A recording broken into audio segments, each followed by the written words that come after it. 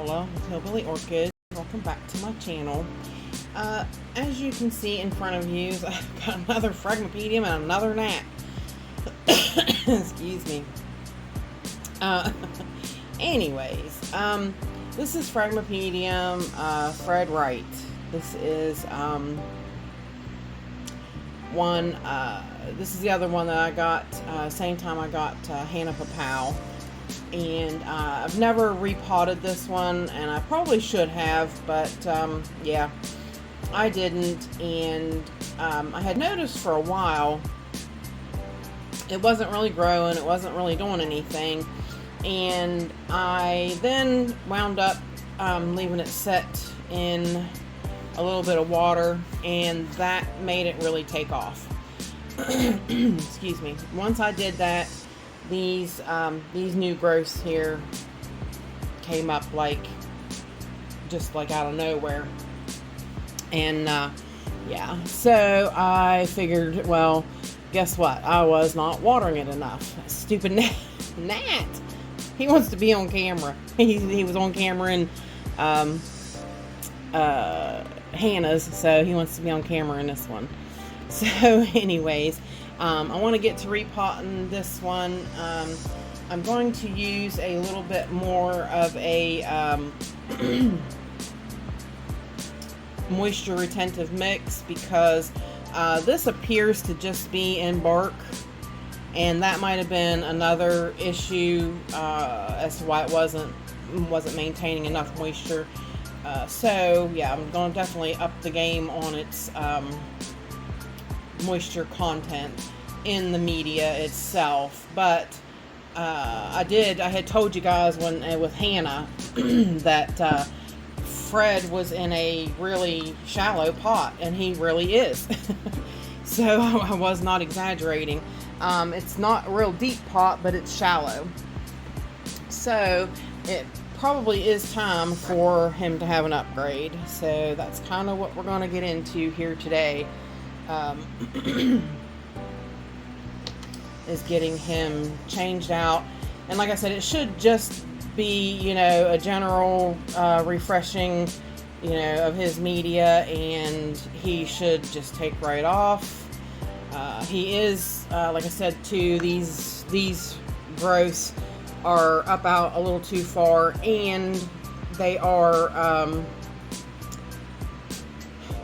new, so they're going to be putting out more roots. And I see like this root has came out and hit dry air. So yeah, he needs to be pushed down in the pot some when I pot him up, and a more retentive retentive moisture content in his media, and should be just the bee's knees for this little guy, and he should take right off. Trying to see, some of these older leaves just get really tight, and they don't want to come out.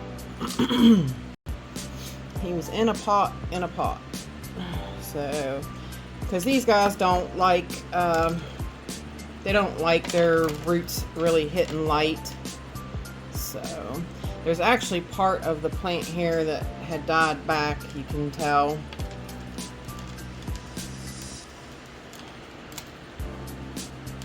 So, but generally though, his roots honestly look really good. And of course, it is musty smelling a little bit, because these guys do stay wet, and the media does break down. So I'll tell you what I'm going to do. I'm going to take it to the sink, and I'm going to flush all that out and rinse him really good before we get started on anything else. So hang tight, and I will be right back. This channel is sponsored by the Orchid Supply Store. It is literally your one-stop shop for anything and everything you could possibly need orchid related. And they even sell orchids. Use my name code Hillbilly in the code section for a 12% viewers discount. So go check them out, y'all.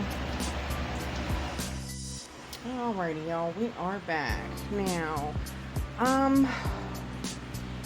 it rinsed out pretty good. had quite a bit. It was just little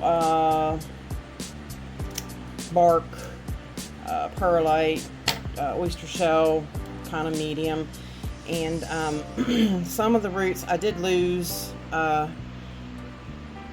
Phragmipedium roots can be very fragile. They can break very easy. So I did actually, yeah, like this one actually peeled out of the fuzzy stuff, and that was a good root. So I did accidentally break a few, which is, you know, it can happen. It's got plenty of good roots, which is, you know, a good thing. It's making brand new roots, which is another good thing. Also, I found he's putting out another new growth right here. So yeah, 3-4 new growths. I think it should do really well repotting it. So I picked this wider, shallower, again staying shallow, wider pot. It's one of them soft ones I got from Repot Me that it's kind of junky, but for him right now it'll do good. And I will try to cover the roots again. Like I said, that's why you tape them up and stuff, because the roots don't really like bright light on them. So yeah, you should try to keep them covered from bright light. So now I said I was going to use a moisture retentive mix, and what I did was I took this medium from the Orchid Supply store, and this is a Phragmipedium mix. Now in their Phragmipedium mix, they did have some dirt mixed in it. I personally flushed that out. I didn't want the dirt part of the mix, so I kept everything else, which was quite a mix of stuff. It was a little bit of pumice, a little bit of fine bark, and I added the coconut husk chunks. I added moss, and that's basically it. Because like the Phragmipedium mix already had perlite, so yeah. And there is charcoal in here. I think that was already in the Phragmipedium mix.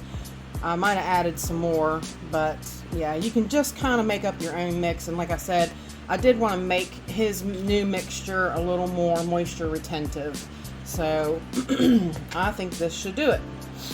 I still will probably keep him, you know, down in a little bit of water too, like I had been, because he obviously did quite well with that. But I am going to bring him down to that level so that all of those new growths are under medium. Okay, so let's see. And I do want to push him back this way if I can, because you want all those new growths to come out this direction and have room to grow. So placing him in the pot is like the kind of hardest part, but once you get him placed, he should take right off. I'm hoping. Like I said, I never did repot this one, so it was kind of past time. And we had been talking about the Hannah Papao, and we redid her. So I thought, well, Fred deserves his time too. So let's get him going. And since he also came out with new growths, he never did bloom for me. So I'm thinking too, you know, he probably didn't because of being too dry for me and such. So we'll see. Hopefully this will be a change in that.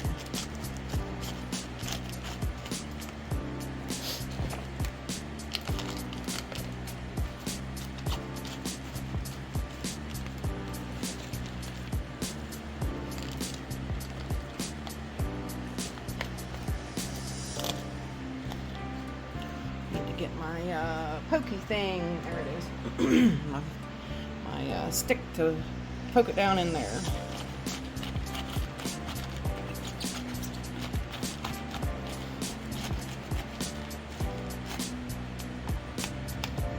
Hope everybody's had a good week.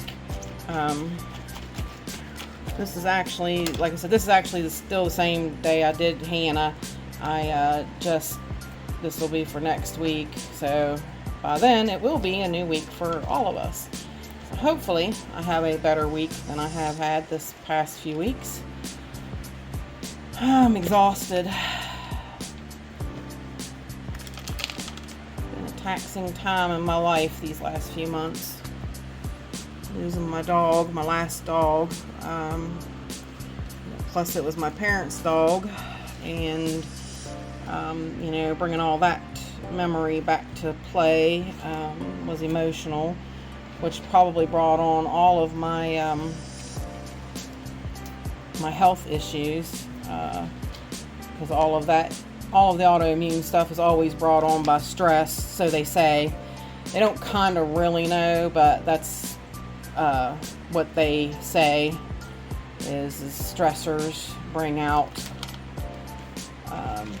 flare-ups, basically. So that's probably what did it for me, because dealing with the dogs dying and my husband's work being horrible with him, weather changing, it's been really cold, really wet, and that alone with my autoimmune stuff just takes me right down anyway. And so yeah, that just probably brought on the interstitial cystitis thing. So just add another like I said, add another thing to Paula's list of stuff I have to deal with. Stuff I have to deal with, stuff I have to live with, put up with, suffer with. That's why I said I just keep hoping, and I really thank everybody for your thoughts and prayers and kind words. And I mean, you guys have been really supportive, and I really appreciate that. It means a lot, because I take my channel seriously. I'm here to help you guys, and